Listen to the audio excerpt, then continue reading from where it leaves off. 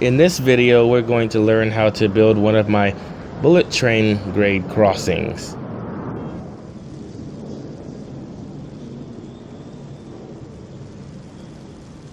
You'll need at least 3 ATLS traffic controllers for this railroad crossing. One to control the traffic and gates for the whole crossing, a second controller to control the lights that warn you if a bullet train is coming on the track that's closest to you, and another one for the lights that are for the bullet train that's approaching you on the far side of the crossing. I'll explain that in better detail later in this video.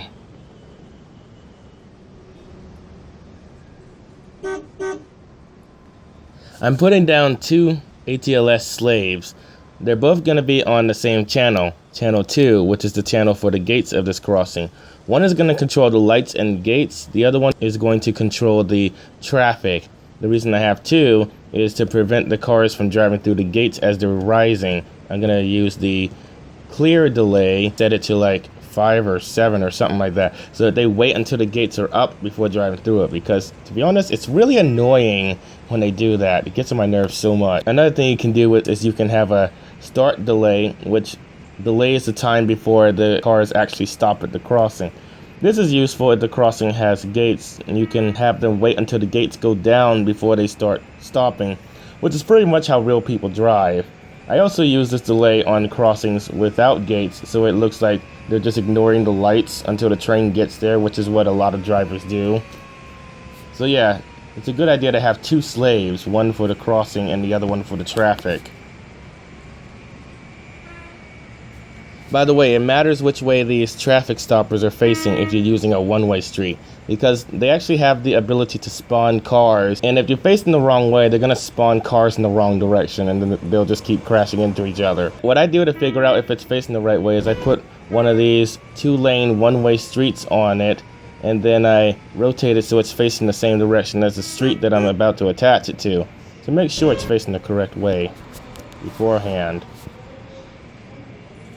Okay, important note, if you're working with a railroad crossing that uses a cantilever,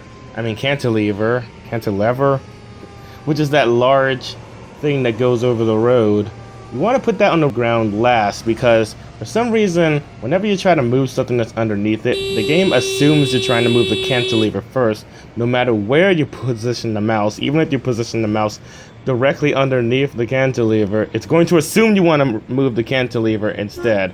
So the only way to get around this is to lift the cantilever as high in the air as it goes, and then work on what you're trying to work on, or just put the cantilever on the ground last.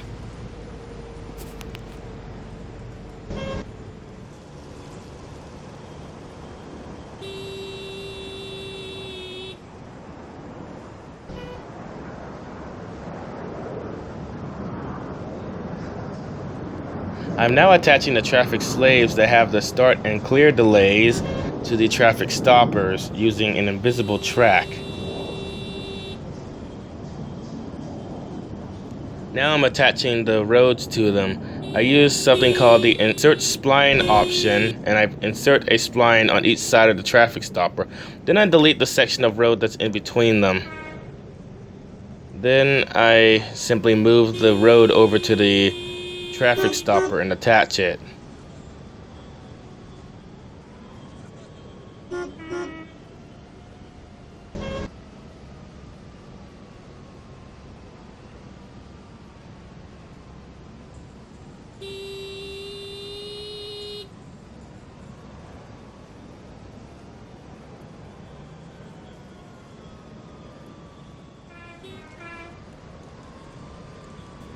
This ATLS slave is going to control the crossing gates. It's going to be on the same channel as the one that stops the cars, which is channel 2.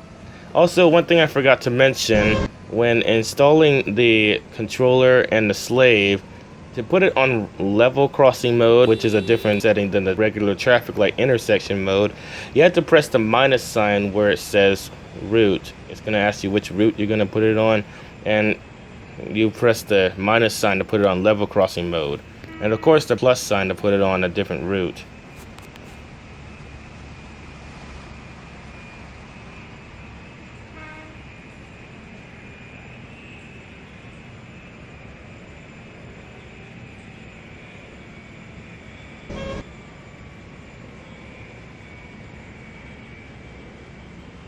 Right now I'm modifying the railroad crossing signs. You can modify the railroad crossings by clicking on the Properties button in Surveyor under Objects. The Properties button is a question mark symbol. I really don't think it's the best symbol because when I was a kid, I looked at the question mark symbol and I thought, well, there's no telling what could happen if I click on this, so maybe I should avoid it. One day though, I was trying to move a train station and I accidentally clicked on the question mark symbol.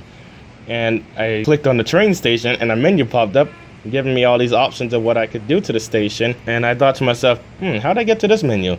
That's cool. I can actually choose the amount of passengers on the platform. I even have a choice of the name of the station because originally I was putting them on the route as is and they were becoming Brick Station Large 1 and Brick Station Large 2 because I didn't know how to name them at that time. So then I'm like, oh, I can choose the name now. That gives me so much more options at this time.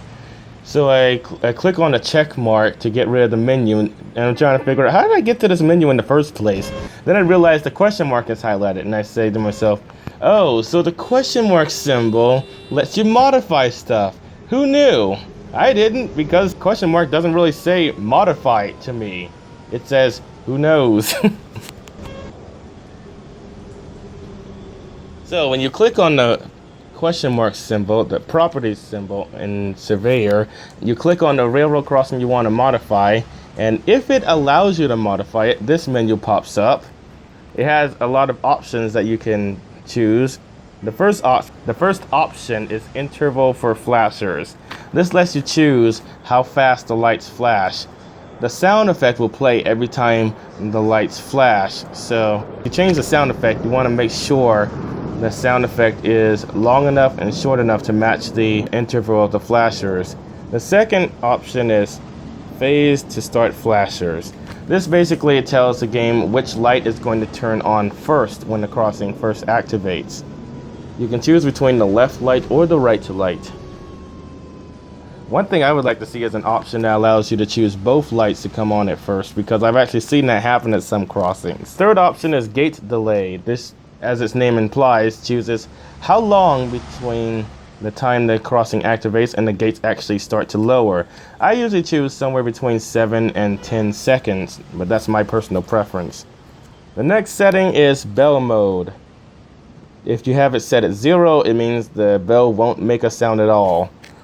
1 will allow it to ring only when the gates are going down. It will not ring while the gates are down, and it will not ring as the gates are going up. The second setting lets the bell ring while the gates are going down. No sound while the crossing continues to be active, but the gate will go off again while the gates are going up. The third setting, the bell will ring as long as the crossing is active. The next setting is bell duration. It chooses how long the bell will be sounding while the gates are going down. There's off delay, which basically tells the game how long the lights are going to be flashing as the gates are going up.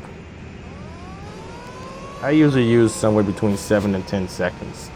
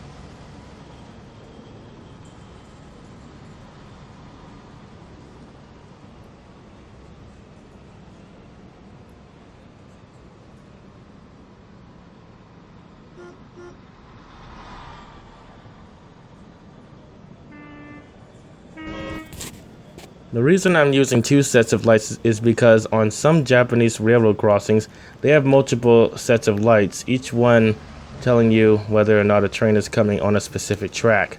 For this specific 2-track crossing, the lights on the bottom would tell you if the train is on the track that's closest to you. The ones on the top would tell you if the train is on the track that's furthest from you. And of course, if both of them are flashing, it means there's a train coming on both tracks.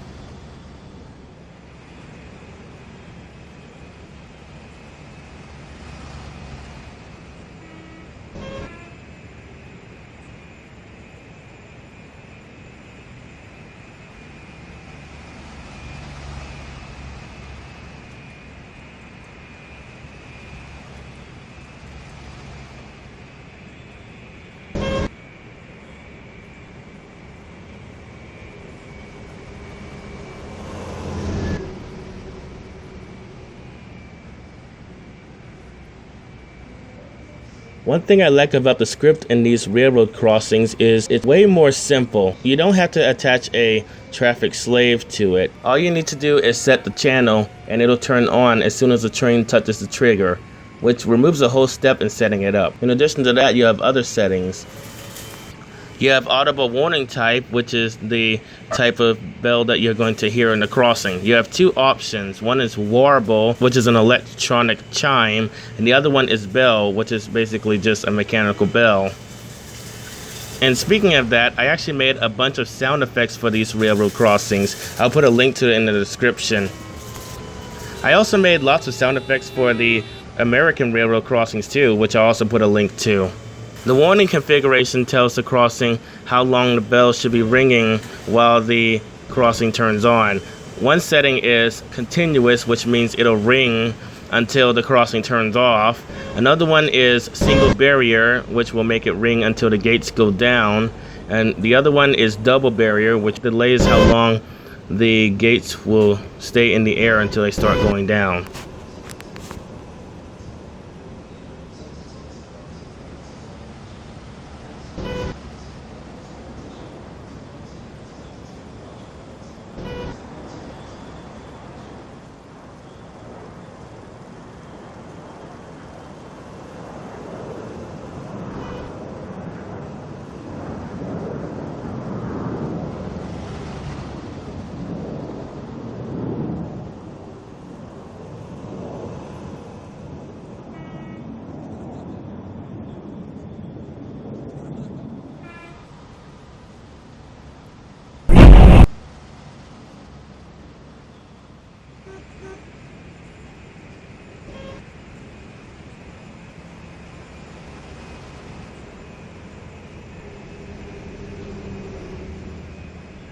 These crossings are only going to activate if a train is coming on one of these 4 northeast corridor tracks.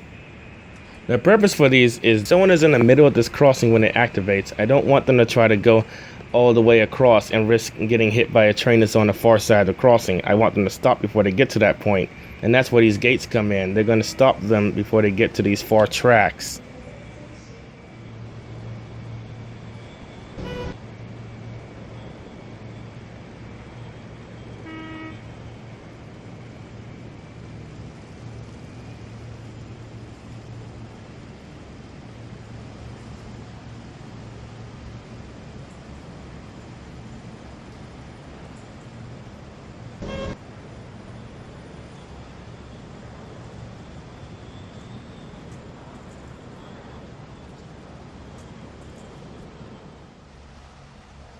This crossing needs its own controller and channel because I only want it to activate for the Northeast Corridor trains.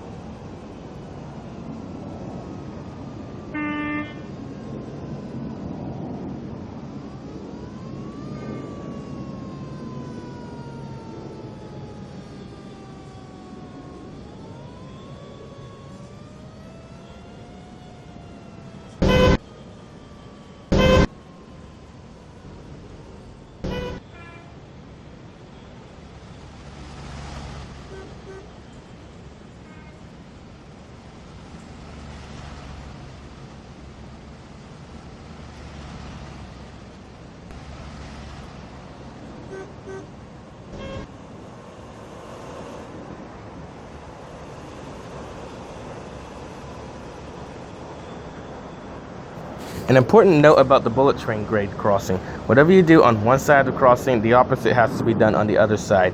For example, if on side A of the crossing, the lights on the bottom are on channel 3 and the ones on the top are on channel 2, then on side B of the crossing, the lights that are on the top have to be on channel 3 and the ones that are on the bottom have to be on channel 2.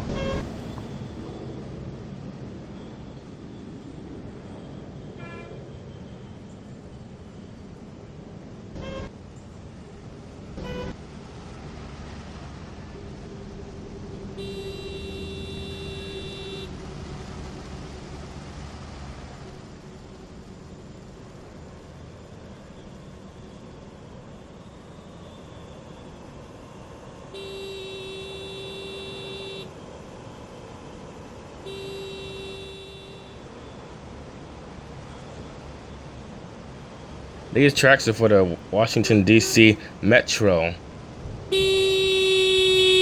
These gates will protect people from driving onto the crossing if it activates while they're halfway through and the train is coming on the far side of the tracks. It'll prevent them from basically being in the train's path.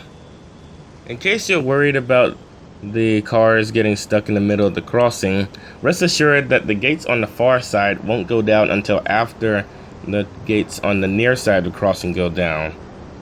Now, as you'll see later in this video, the Washington DC subway cars that I have in this game, they make a really annoying sound whenever the doors open and close that repeats indefinitely.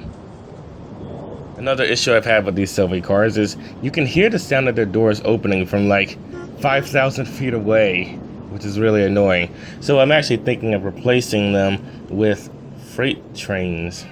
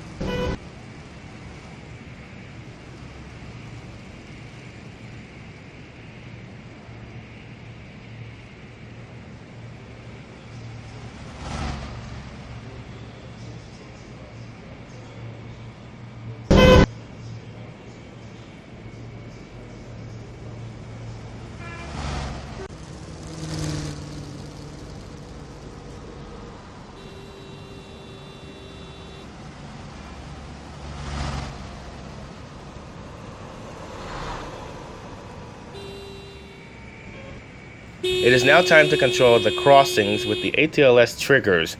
You will need 2 triggers per track on each side of the crossing. The first trigger will be on channel 2 for this specific crossing. It will control the traffic and it will also control the lights and gates on the right sides of the crossings. There will also be a second trigger. This trigger will control the lights and gates for that specific set of track.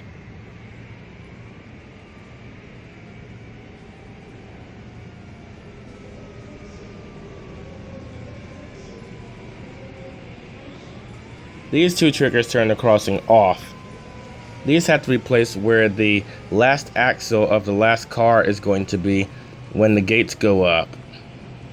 Figuring out where the triggers have to go for the train to get to the crossing after the gates go down takes trial and error.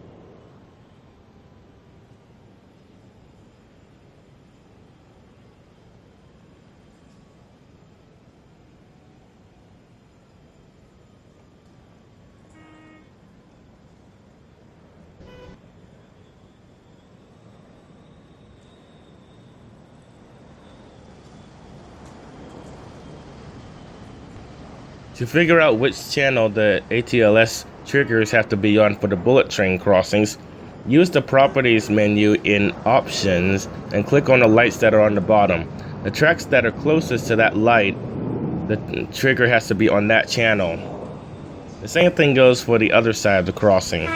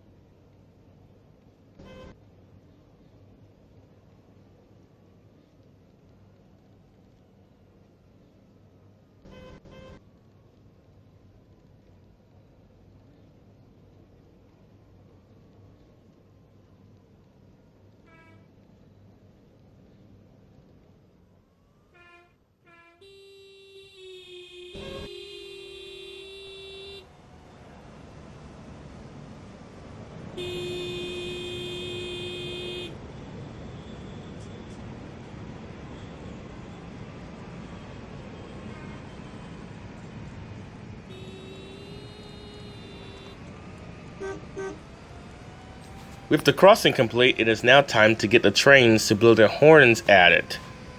To get the trains to blow their horns, I use something called Invisible Horn Single Long Blast. The thing I like about this invisible horn trigger is the more of them you put on the track, the longer the driver blows its horn. So you can have them do 2 longs, a short, and a long, or any other combination you could possibly want. Now make sure you space them correctly. If you put them too close to each other, the train will not let go of the H button and it'll just keep blowing its horn. For electric railroads, I usually put 2 power utility poles of distance between each horn, between 1.5 and 2. But generally it takes trial and error.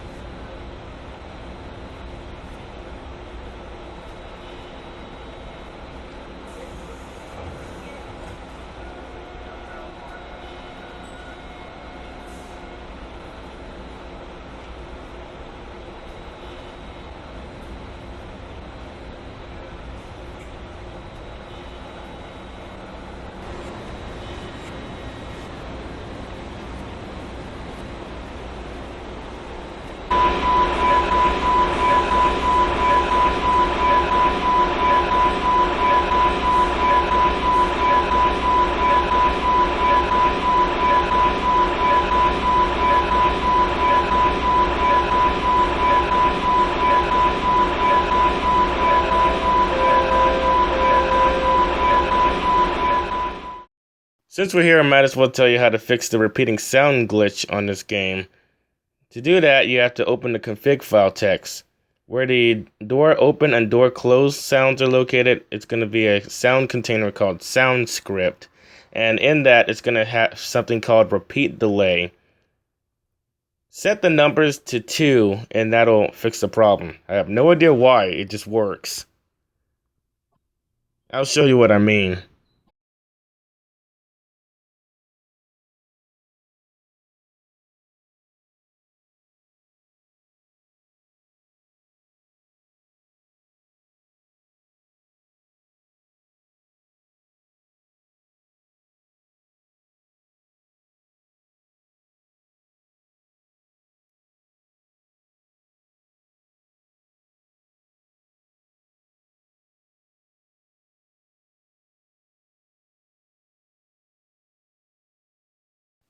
While we're here, I might as well change the sound effects to the real ones that you would hear in the real train.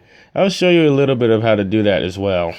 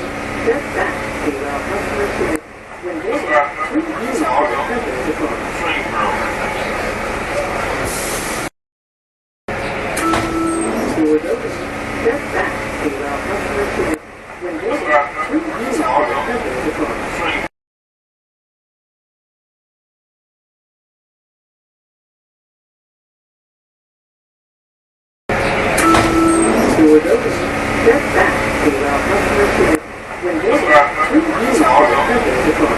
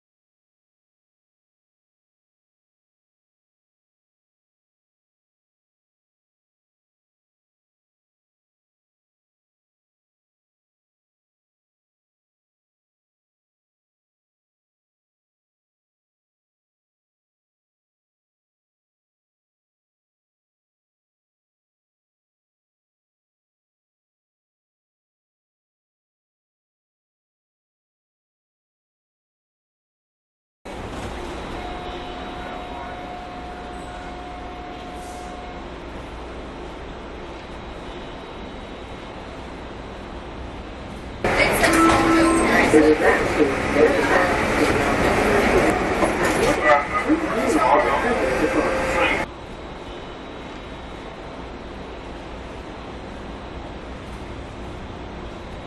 a small